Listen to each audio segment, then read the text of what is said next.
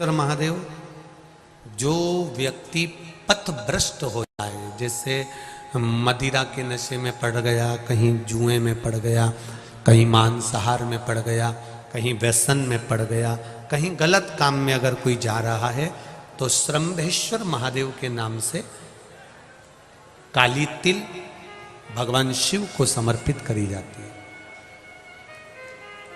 महाराज काली तिल को वापस उठा कर ले आते हैं। उसी काली तिल को जो मदिरा का नशा करने वाला होता है या जो गलत व्यसन में डूबा हुआ होता है, उसको वो सुबह के समय अगर नहीं खाता तो भोजन के साथ उसको दिया जाए। श्रंभेश्वर महादेव। एक बेलपत्री का भी बहुत अच्छा प्रयोग है श्रंभेश्वर महादेव का। मदिरा पीने वालों के लिए, मांसाहार, व्यसन में, जुए में, वेश्यावृत्ति में, पर नारी में, गलत जगह पर जो डूबे रहते हैं उनके लिए पहले की कथा में उसका वर्णन किया है बेलपत्री का। श्रंभेश्वर महादेव। एक बार सब बोलेंगे, कौन से महादेव? श्रंभेश्वर महादेव। फिर जम के बोल लो एक बार, श्रंभेश्वर महादेव।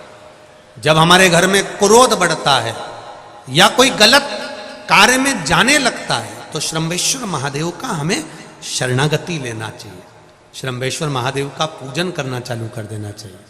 कई लोग कहते हैं महाराज जी ये श्रंभेश्वर महादेव का मंदिर कहाँ मिलेगा, हम कहाँ पूजन करने जाए? कहीं नहीं जाना, तुम्हारे घर के पास में जो शंकर जी का मंदिर है वहीं जाओ, उसी देवालय में, उसी मंदिर में जाओ। श्रंभेश्वर महादेव के नाम से जल चढ़ाना प्रारंभ करेंगे। वो जल जो गलत संगत में पड़ा हुआ है उसका आचमन कराना प्रारंभ करेंगे। अपने आप उसकी धीरे धीरे बुद्धि सुधरना प्रारंभ हो जाएगी। ऐसा श्रंभेश्वर महादेव का है। कुछ स्थान हमारे यहाँ पर बड़े सुंदर सुंदर स्थान निश्चित किए गए हैं। जैसे कैंसर आदि के मरीज के लिए हम लोग पहले भी कहते हैं कि त्रिजुगी नारायण का जल बड़ा महत्व रखता है। जिसका शरीर या जिसको एक पत्र आया है कि किसी को मिर्गी का झटका आना चालू हो गया था। अब पत्र ढूंढेंगे तो समय थोड़ा लग जाएगा। जिसने लिखा है उसके स्मरण में होगा। जिसने भी लिखा होगा कि बीमारी के चलते चलते फिर मिर्गी आना चालू हो गई।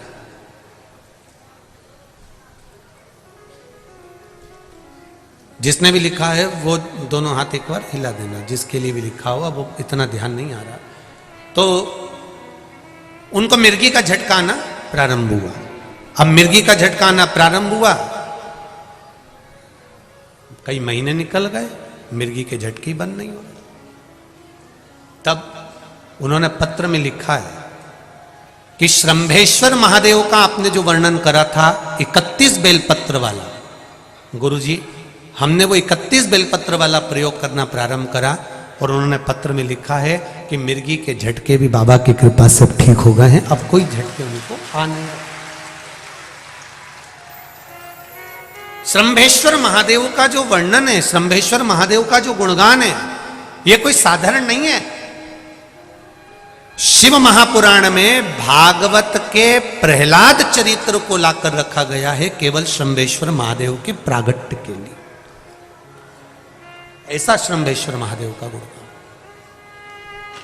एक बार फिर आप लोग भूल ना जाओ, उसके लिए एक बार फिर से बोल लो, कौन से महादेव? श्रंभेश्वर महादेव। ये श्रंभेश्वर महादेव जैसे कुंदकेश्वर महादेव। कुंदकेश्वर महादेव का क्या काम है? माता पार्वती ने बिदल उत्पल को मारने के लिए जो कुंदुक फेंका था, वो कुंदुक भगवान शंकर के पांव में जाकर गिरा था। तो शिव जी का नाम कुंदकेश्वर हो गया था। जब हमारे यहाँ कोई दवाई नहीं लगती शरीर में, कोई कैंसर जैसा रोग हो गया, किडनी लीवर का रोग हो गया या बीपी शुगर का रोग हो गया, शुगर लेवल में नहीं आ रही है, तो आप शंकर जी पे से जो बेलपत्र ला रहे हो कुंदकेश्वर महादेव के नाम से लाओ। दवाई खाओ, डॉक्टर को दिखाओ, सारी जांचें कराओ, डॉक्टर के अनुसार चलो, डॉक्टर जैसा बताए वैसा करो। पर उस दवाई को भी शिव जी से कहकर कि बाबा कुंदकेश्वर महादेव का नाम लेकर उस दवाई को भी हम कुंदकेश्वर महादेव का प्रसाद समझकर पाना प्रारंभ करो, धीरे धीरे आराम लगना प्रारंभ होगा। कुंदकेश्वर महादेव रोग मुक्ति के लिए होते हैं और श्रंभेश्वर महादेव, बोलो बोलो जरा जम के, व्यसन की समाप्ति के लिए। शिवृत्ति में, पर नारी में, गलत जगह पर जो डूबे रहते हैं उनके लिए, पहले की कथा में उसका वर्णन किया है बेलपत्री का। श्रंभेश्वर महादेव, एक बार सब बोलेंगे, कौन से महादेव? श्रंभेश्वर महादेव। फिर जम के बोल लो एक बार, श्रंभेश्वर महादेव। जब हमारे घर में क्रोध बढ़ता है या कोई गलत कार्य में जाने लगता है तो श्रंभेश्वर महादेव का हमें शरणागति लेना चाहिए, श्रंभेश्वर महादेव का पूजन करना चालू कर देना चाहिए।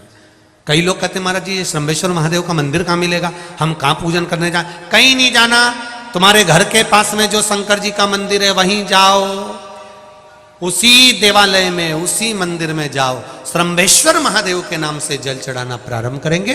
वो जल जो गलत संगत में पड़ा हुआ है उसका आचमन कराना प्रारंभ करेंगे, अपने आप उसकी धीरे धीरे बुद्धि सुधरना प्रारंभ हो जाएगी। ऐसा श्रंभेश्वर महादेव का है।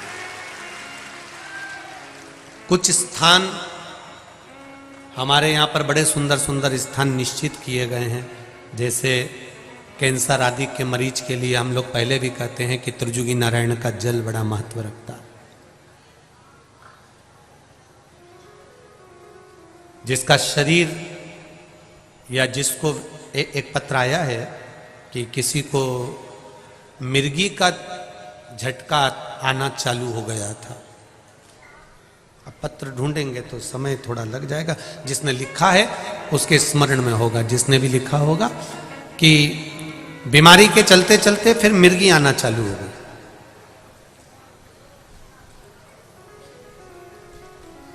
जिसने भी लिखा है वो दोनों हाथ एक बार हिला देना। जिसके लिए भी लिखा हुआ वो इतना ध्यान नहीं आ रहा, तो उनको मिर्गी का झटका आना प्रारंभ हुआ। अब मिर्गी का झटका आना प्रारंभ हुआ, कई महीने निकल गए, मिर्गी के झटके बंद नहीं हो रहे। तब उन्होंने पत्र में लिखा है कि श्रंभेश्वर महादेव का आपने जो वर्णन करा था 31 बेलपत्र वाला, गुरुजी हमने वो 31 बेलपत्र वाला प्रयोग करना प्रारंभ करा और उन्होंने पत्र में लिखा है कि मिर्गी के झटके भी बाबा की कृपा से ठीक हो गए हैं, अब कोई झटके उनको आ नहीं। श्रंभेश्वर महादेव का जो वर्णन है, श्रंभेश्वर महादेव का जो गुणगान है, ये कोई साधारण नहीं है। शिव महापुराण में भागवत के प्रहलाद चरित्र को लाकर रखा गया है केवल श्रंभेश्वर महादेव के प्रागट्य के लिए। ऐसा श्रंभेश्वर महादेव का गुणगान एक बार फिर आप लोग भूल ना जाओ, उसके लिए एक बार फिर से बोल लो, कौन से महादेव? श्रंभेश्वर महादेव। ये श्रंभेश्वर महादेव जैसे कुंदकेश्वर महादेव, कुंदकेश्वर महादेव का क्या काम है? माता पार्वती ने बिदल उत्पल को मारने के लिए जो कुंदुक फेंका था, वो कुंदुक भगवान शंकर के पांव में जाकर गिरा था, तो शिव जी का नाम कुंदकेश्वर हो।